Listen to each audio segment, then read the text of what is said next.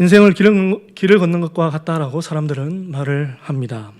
우리는 지금 인생이라는 기나긴 길을 걷고 지금도 우리는 걸어가고 있습니다. 이 길 끝에 우리는 무엇이 있는지 알지만 그 길 끝에 끝까지 만나기 전까지는 우리는 어떠한 길을 걷게 될지 우리는 알지 못하며 살아가고 있습니다. 중세시대 유명한 작가인 단테는 그의 신곡에서 이러한 글을 남기기도 하였습니다. 나의 삶의 어느 순간에 참된 행복의 길에서 벗어나고 말았다.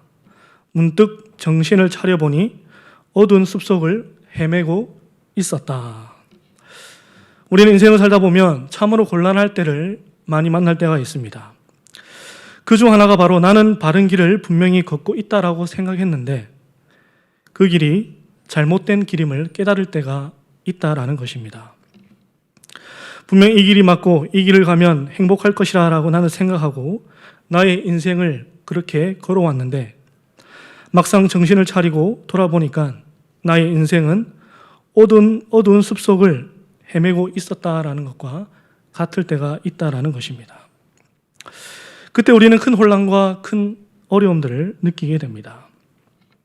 우리 주님도 공생의 기간 동안 인생을 길에 비유하시며 말씀한 적이 있습니다. 우리 주님께서는 우리에게 인생에는 딱 두 가지 길이 있다라고 말씀하셨습니다. 주님 우리에게 어떠한 길이 있다라고 말씀하셨습니까? 우리 마태복음 7장 13절과 14절 말씀을 함께 읽어보겠습니다. 좁은 문으로 들어가라. 멸망으로 인도하는 문은 크고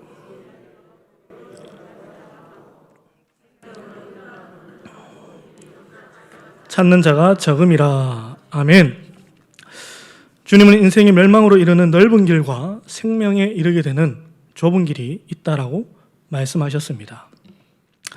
우리는 지금 어떠한 길을 걸어가고 있습니까? 영생에 이르는 좁은 길을 걷고 있습니까? 아니면 멸망에 이르는 넓은 길을 걸어가고 있습니까?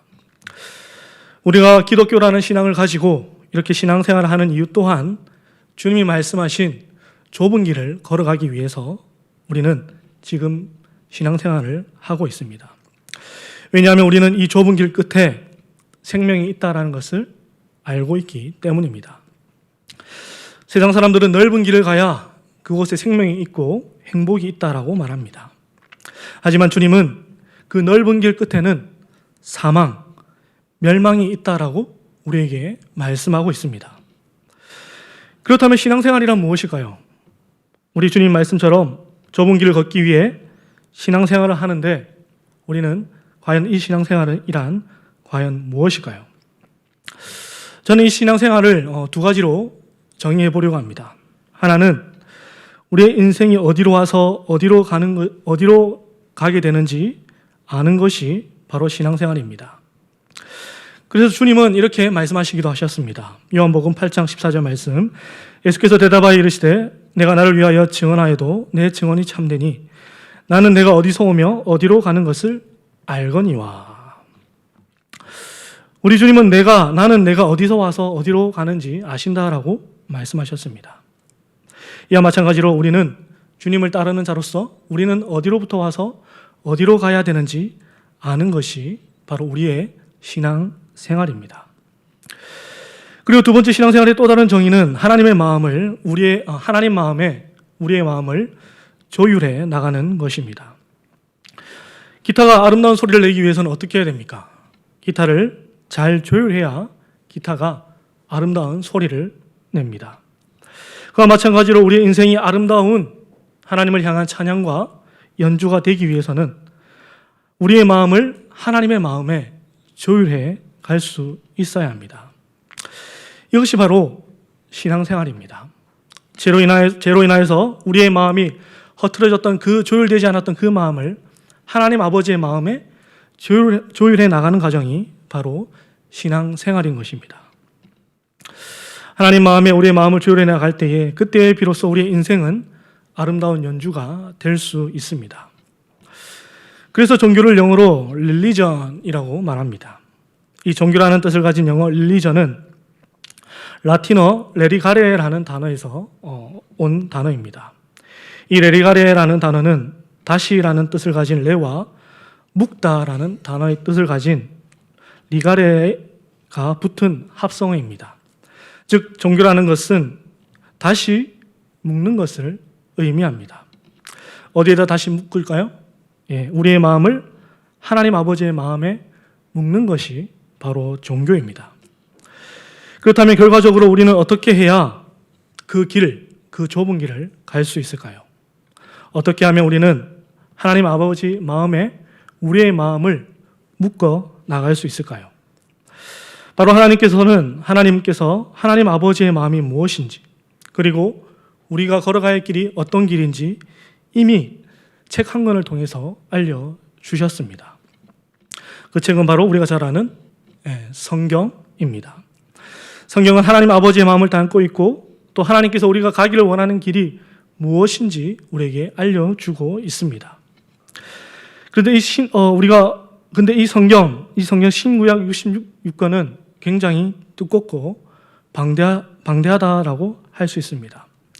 그래서 우리는 금방 이 책의 내용이 무엇인지 알기가 어려울 때가 너무나도 많이 있습니다. 하지만 하나님께서는 이 신구약 60권의 책을 요약해 주신 말씀이 있는데 그것이 바로 하나님 우리에게 주신 십계명입니다. 십계명은 성경이 무엇을 말씀하는지 정확히 우리에게 방향을 제시해 주고 있습니다. 그래서 어떠한 신학자는 십계명을 완벽하게 이해한 자는 하나님의 말씀을, 성경을 완벽하게 이해하는 자라고 말하였습니다. 오늘 우리가 읽은 말씀은 십계명의 서문과 십계명의 첫 번째 계명입니다. 먼저 우리는 십계명의 서문에 대해서 살펴보겠습니다. 우리는 십계명을 보게 되면 가장 먼저 만나게 되는 것은 사실 1계명이 아니라 십계명의 서문이라는 것을 알 수 있습니다. 우리 십계명 서문에 해당하는 오늘 본문의 1절과 2절 말씀을 다시 한 번 더 읽어보도록 하겠습니다. 하나님이 이 모든 말씀으로 말씀하여 이르시되 나는 너를 애굽 땅 종되었던 집에서 인도해낸 내 하나님 여호와니라. 아멘. 이 십계명의 서문이라 할 수 있는 이 출애굽기 20장 1절에서 2절 이 말씀은 우리에게 무엇을 가르쳐 주는지, 우리에게 무엇을 말씀해 주는지 이 시간 잠시 살펴보기를 원합니다. 웨스트민스터 소위리 문답을 보게 되면 이 십계명 설문이 우리에게 가르쳐 주는 것이 무엇인지 이렇게 설명하고 있습니다. 십계명의 서문은 우리에게 무엇을 가르쳐 주고 있습니까? 답, 십계명의 서문은 하나님이 주와 우리의 하나님과 구속자이심으로 우리는 그의 모든 명령을 지켜야 한다는 것을 우리에게 가르쳐 주고 있습니다. 웨스트민스터 소위리 문답은 이 십계명의 서문이 우리에게 두 가지 사실을 알려주고 있다라고 말씀합니다. 첫째는 이 십계명을 주시는 분이 누구인지 우리에게 알려주고 있고, 또 하나는 우리가 이 말씀을 왜 지켜야 되는지 우리에게 알려주고 있습니다. 그렇다면 이 말씀, 십계명을 주시는 분은 과연 누구입니까? 1절에 나타나는 대로 하나님이 이 말씀을 우리에게 주신다라고 말씀하고 있습니다. 그렇다면 이 말씀을 주시는 하나님은 과연 어떠한 하나님이십니까? 우리는 원문을 보게 되면 이 말씀을 주시는 하나님이 어떠한 하나님이신지 좀 더 구체적으로 알 수 있습니다. 1절을 원문으로 보게 되면 여기서 말씀하시는 하나님은 엘로힘 하나님입니다. 엘로힘. 하나님의 성으로서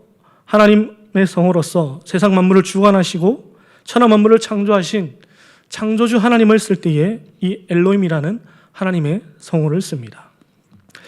즉 지금 이스라엘 백성들에게 하나님께 말씀하고 계시는 하나님은 바로 세상을 창조하시고 세상을 주관하시는 하나님이시라는 것을 알 수 있습니다. 그리고 또 한 가지의 또 하나님의 성호가 더 나오는데 그것이 무엇입니까? 2절에 여호와라는 하나님의 성호가 나오는 것을 볼 수 있습니다. 여호와는 하나님의 성호로서 여호와 언약의 하나님, 즉 구원의 하나님을 지칭할 때에 사용하는 단어입니다.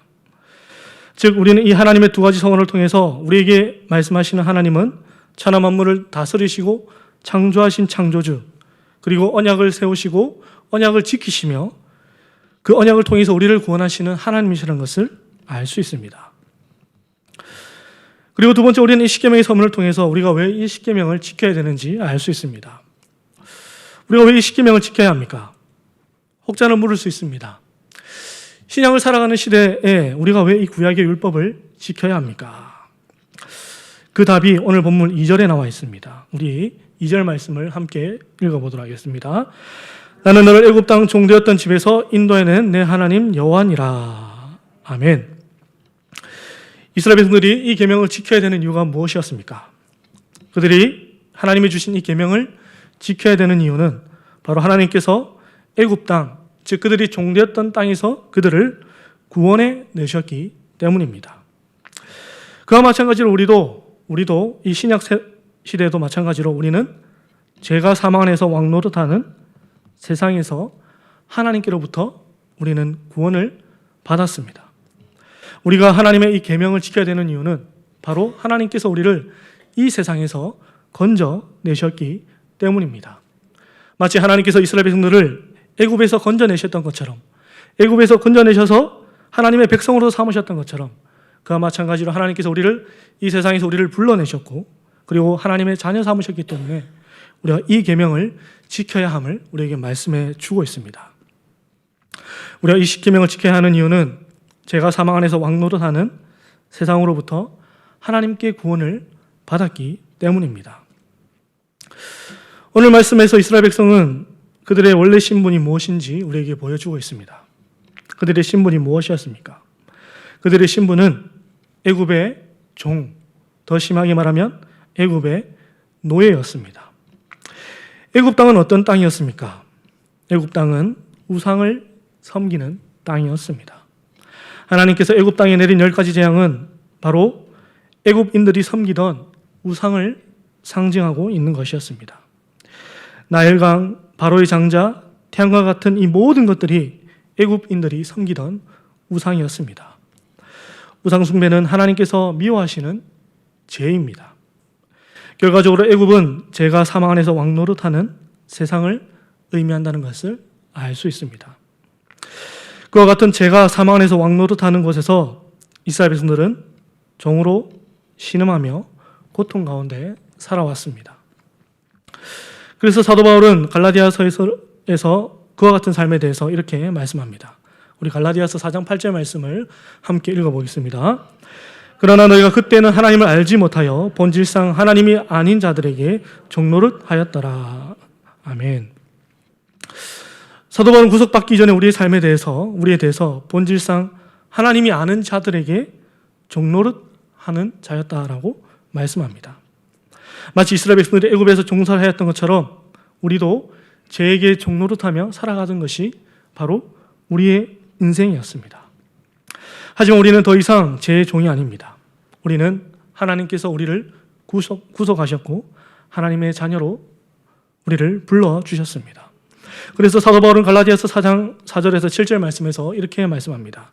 우리 갈라디아서 4장에서 7절 말씀을 함께 읽어보겠습니다. 때가 참에 하나님이 그 아들을 보내사 여자에게서 나게 하시고 율법 아래에 나게 하신 것은 율법 아래에 있는 자들을 속량하시고 우리로 아들의 명분을 얻게 하려 하심이라. 너희가 아들임으로 하나님이 그 아들의 영을 우리 마음 가운데 보내사 아빠 아버지라 부르게 하셨느니라. 그러므로 네가 이후로는 종이 아니요 아들이니 아들이면 하나님으로 말미암아 유업을 받을 자니라. 아멘. 사도 바울이 우리에게 뭐라 말씀합니까? 때가 차서 하나님께서 우리를 구속하시려고 그의 아들을 보내셨다라고 말씀합니다. 그리고 그 성령으로 말미암아서 우리는 하나님의 아들이 되는 명분을 얻었다라고 말씀합니다. 그리고 그의 영을 우리 마음 가운데 보내사 우리는 하나님을 아빠 아버지라 부르는 자가 되었다라고 말씀합니다. 우리가 이 십계명을 지켜야 되는 이유가 바로 여기에 있습니다. 우리는 이제 더 이상 죄의 종노릇하는 죄의 종이 아닙니다. 우리는 하나님께 구속받았고 하나님께 부름받은 하나님의 자녀가 된 줄 믿습니다. 그래서 우리가 이 계명, 하나님이 주신 이 율법을 지키는 이유 또한 여기에 있습니다. 주님께서는 이와 같이 말씀하십니다. 요한복음 14장 23절 말씀 보게 되면 주님께서 이렇게 말씀합니다. 예수께서 대답하여 이르시되 사람이 나를 사랑하면 내 말을 지키리니 내 아버지께서 그를 사랑하실 것이요 우리가 그에게 가서 거처를 그와 함께 하리라. 아멘. 사랑하는 성도 여러분, 주님을 사랑하십니까? 주님은 주님을 사랑하는 자가 내 말을 지킨다라고 말씀합니다. 우리가 구원받기 위해서 우리가 어떠한 복을 받기 위해서 주님의 계명을 지키는 것이 아닙니다. 우리가 어떠한 형벌을 피하고자 우리가 주의 계명을 지키는 것이 아닙니다. 우리가 주님의 계명을 지키는 이유가 무엇입니까? 바로 우리가 주님을 사랑하기 때문입니다. 주님을 사랑하십니까? 주님을 사랑하십니까? 네, 그러면 주님의 계명을 지키시기를 바랍니다. 그러면 어떠한 복이 있다라고 말씀합니까? 우리가 주님을 사랑해서 우리가 주의 계명을 지킬 때에 어떠한 복을 주시겠다라고 우리 주님이 말씀하십니까? 내 아버지께서 그를 사랑하실 것이요 우리가 그에게 가서 거처를 그와 함께 하리라 라고 말씀하십니다. 주님을 사랑함으로 주의 계명을 지키시기를 바랍니다. 그리하시면 하나님께서 우리를 사랑하시고 성삼위 하나님께서 우리와 늘 언제나 함께 하시겠다라고 말씀하십니다.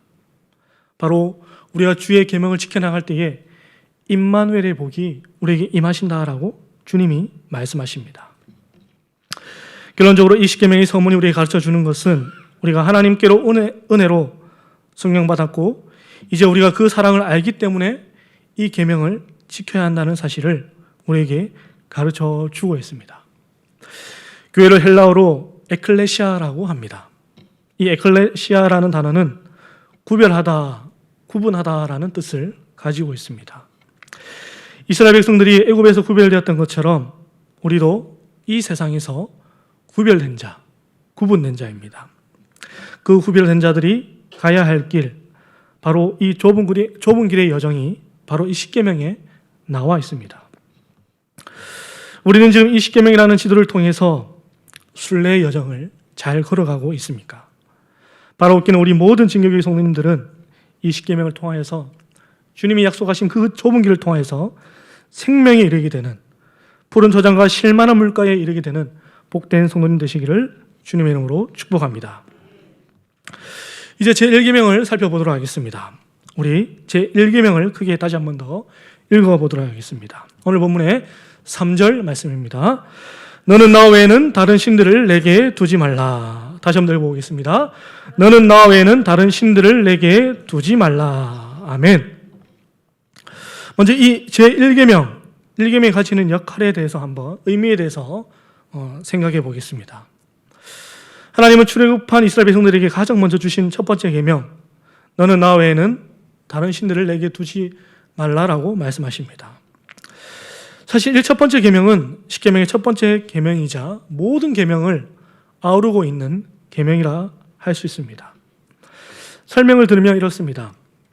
어떤 형상도 만들지 않고 그들에게 절하지 않는 것은 바로 우리가 다른 신들을 내 앞에 두지 않기 위해서 그와 같은 계명을 주신 겁니다. 우리가 하나님의 이름을 망령되이 부르지 않는 것도 다른 신들을 내게 두지 않기 위해서 그와 같은 계명을 지키는 것입니다. 내 이웃에 대하여 거짓 증거하지 않고 내 이웃의 집을 탐내지 않는 것도 다른 신들을 내게 두지 않기 위해서 그와 같은 계명을 지키라고 주님이 말씀하시는 겁니다. 즉 제1계명은 모든 계명을 아우르고 있고 모든 계명의 결론이자 종착지라는 것을 알 수 있습니다. 그렇다면 이 1계명에 나오는 단어 나 외라는 단어는 과연 무엇을 의미하는 것일까요? 나 외라는 단어를 보게 되면 원문을 보게 되면 알파나이라는 단어라는 것을 알 수 있습니다.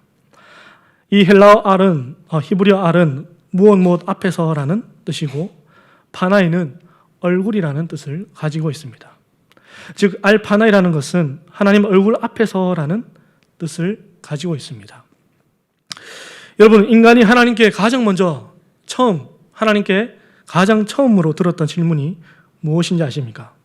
창세기 3장 9절에 보게 되면 주님께서 아담에게 이렇게 질문합니다. 여호와 하나님이 아담을 부르시며 그에게 이르시되 네가 어디에 있느냐? 사람이 하나님께 가장 처음 들었던 질문은 네가 어디에 있느냐라는 질문이었습니다. 그렇다면 정말 하나님께서 진짜 아담이 어디 있는지 몰라서 이렇게 질문을 하셨을까요? 우리는 쉽게 아니라는 것을 잘 알고 있습니다. 그렇다면 왜 하나님께서는 네가 어딨냐라고 하나님께서 아담에게 물으셨을까요? 우리는 그 답을 창세기 3장 8절에서 답을 찾을 수 있습니다. 우리 창세기 3장 8절 말씀을 한번 읽어보겠습니다. 그들이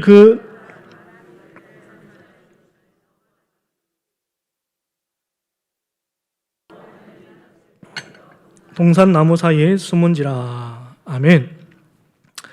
여호와 하나님의 무엇을 피하여? 낯을 피하여 동산나무 사이에 숨었다라고 성경은 말씀합니다. 성경은 아담과 하와가 죄를 범한 후에 하나님의 낯을 피하는 자가 되었다라고 말씀합니다. 이 말인즉슨 하나님의 질문, 네가 어디 있느냐라는 질문은 지금 네가 네 얼굴을 어디를 향하고 있느냐라는 질문입니다. 제1기명을 긍정적으로 표현으로 바꾼 성경 구절이 있습니다. 그것은 바로 신명기 6장 5절 말씀인데 우리 신명기 6장 5절 말씀을 함께 읽어보겠습니다. 너는 마음을 다하고 뜻을 다하고 힘을 다하여 내 하나님 여호와를 사랑하라. 아멘. 하나님과 신자의 관계는 바로 사랑의 관계입니다. 진정으로 사랑한다면 어떻습니까? 진정으로 사랑한다면 그 사람의 얼굴만을 바라보게 됩니다. 다른 곳을 바라보지 않습니다.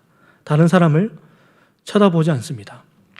하지만 죄를 짓거나 그 사람에게 다른 것을 그 사람 마음에 품는다면 어떻겠습니까?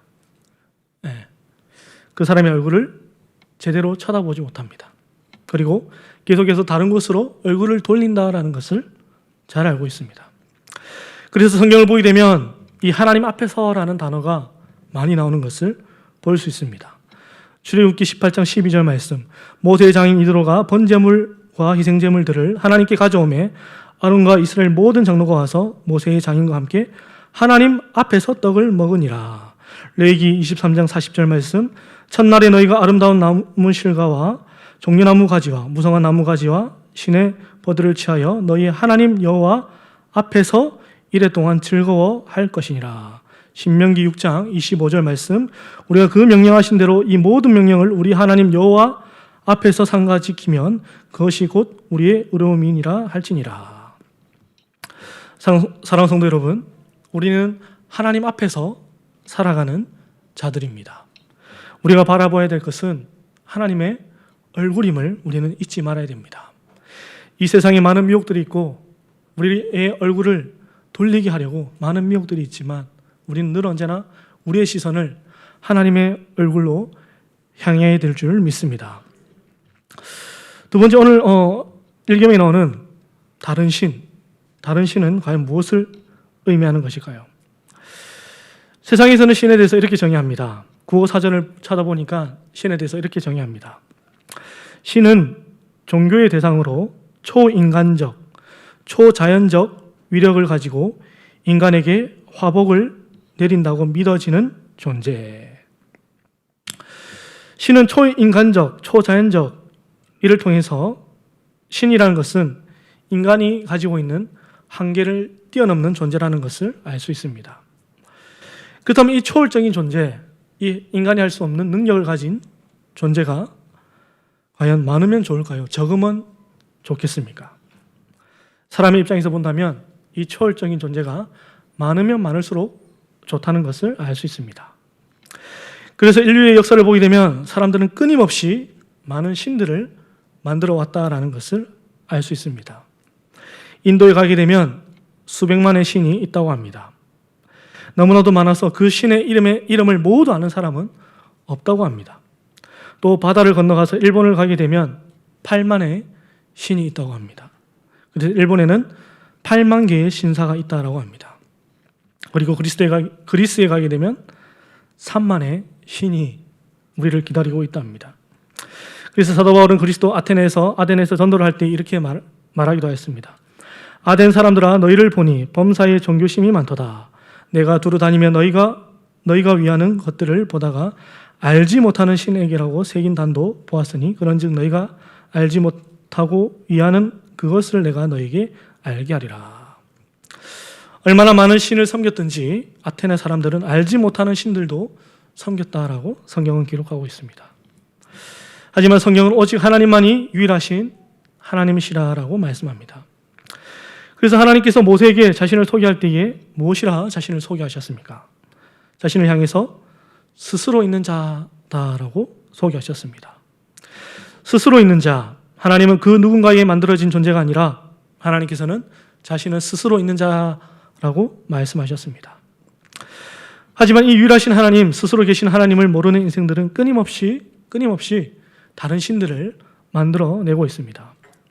그래서 신학자 루이스 폴코프는 인간을 치료 불가능한 종교적 존재라고 말하였습니다. 인류 역사에는 종교를 없애려고 하였던 많은 집단들이 있었습니다.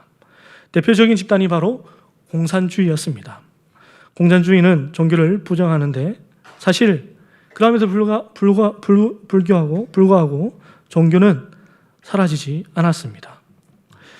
여러분, 우리나라의 간상이나 정과 같은 이 무속신앙을 보기 위해서 우리나라 사람들이 과연 어느 정도 돈을 쓰는 줄 아십니까? 제가 얼마 전에 신문을 보았는데 우리나라 사람들이 이 전보고 굿하는 데에 쓰는 돈이 무려 1년에 6조가 넘는다고 합니다. 대단한 수치라고 했습니다. 과학이 발달하고 문명이 이렇게 발달했는데도 불구하고 사람들은 여전히 신을 찾고 그들을 통해서 그들의 마음을 위로하려고 한다는 것을 알 수 있습니다. 이처럼 우리 인류는 끊임없이 다른 신들을 만들어내며 그것들을 섬겨왔다는 것을 알 수 있습니다. 그렇다면 이 다른 신의 본질은 과연 진짜 본질은 무엇일까요? 성경은 이 다른 신에 대해서 우상 숭배라고 말하고 있습니다. 하이델베르크 요리문답 제95문을 보게 되면 이 우상 숭배에 대해서 이렇게 설명해 주고 있습니다. 우상 숭배란 무엇입니까? 답: 우상 숭배란 자신의 말씀 통하여 자신을 계시하신 유일하고 참되신 하나님 대신에 하나님과 동등하게 그 무엇을 신뢰하거나 만들어 소유하는 일입니다. 즉 우상 숭배라는 것은 단순히 절에 가서 불상 앞에 절하는 것을 의미하지 않습니다. 하나님이 아닌 다른 그 무엇을 의지하고 그것을 더 사랑하고 그것을 믿는 것이 바로 우상 숭배라고 말씀하고 있습니다. 그래서 종교개혁가 루틴 마터는 이런 말을 하였습니다. 지금 내가 내 마음으로 가장 의지하고 있는 것이 바로 나의 하나님이다. 내가 지금 돈을 의지하고 있으면 나에게 있어서 지금 신은, 나에게 하나님은 바로 돈입니다. 내가 자녀나 혹은 어떤 사람을 가장 의지하고 있다면 나에게 하나님은 내 자녀이거나 혹은 그 어떤 사람이 될 수 있습니다. 내가 지금 나에게 주어진 힘과 권력을 가장 사랑하고 의지하고 있다면 나에게 하나님은 그 권력이 나의 하나님이 되는 것입니다.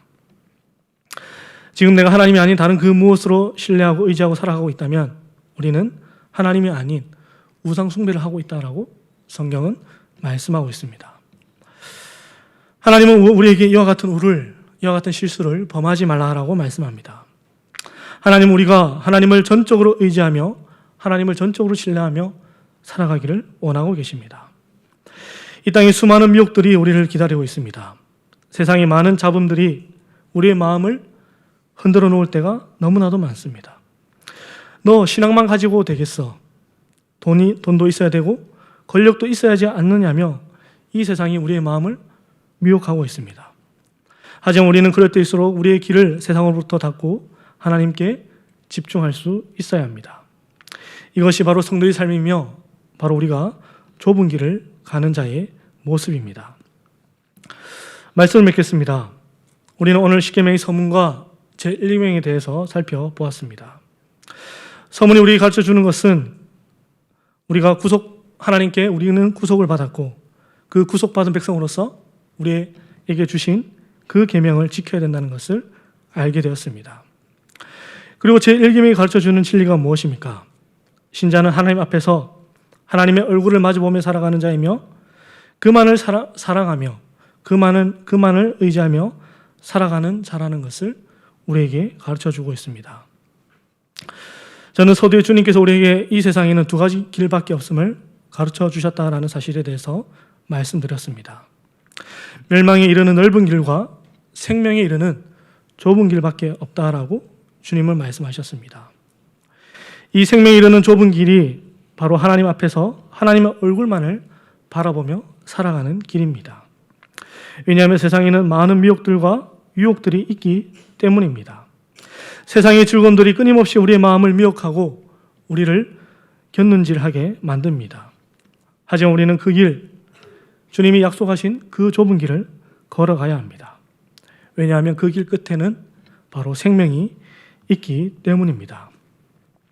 그렇다면 우리가 이 하나님의 계명, 십계명을 지킴으로써 우리에게 주시는 유익이 무엇이라고 성경은 말씀합니까? 우리 신명기를 보게 되면 우리에게 주는 유익이 이것이라고 말씀합니다. 우리 신명기 10장 12절과 13절 말씀을 함께 읽어보겠습니다. 이스라엘아, 내 하나님 여호와께서 내게 요구하신 것이 무엇이냐? 곧 내 하나님 여호와를 경외하여 그의 모든 도를 행하고 그를 사랑하며 마음을 다하고 뜻을 다하여 내 하나님 여호와를 섬기고 내가 오늘 내 행복을 위하여 내게 명하는 여호와의 규례를 지킬 것이 아니냐. 아멘. 오늘 내 행복을 위하여 여호와의 명령과 규례를 지키면 하나님께서 우리에게 진짜 행복이 주어진다라고 말씀하십니다. 여러분, 진짜 행복한 삶을 살아가기를 원하십니까? 그렇다면 주님의 계명을 지키시기를 바랍니다. 그리하면 우리가 이 세상이 알지 못하고 이 세상이 줄 수 없는 그 참 행복을 우리에게 주신다라고 말씀하고 있습니다. 주의 계명을 지킴으로써 하나님이 약속하신 이 진짜 행복을 누리시는 우리 모든 진교교회 성도님 되시기를 주님의 이름으로 축복합니다.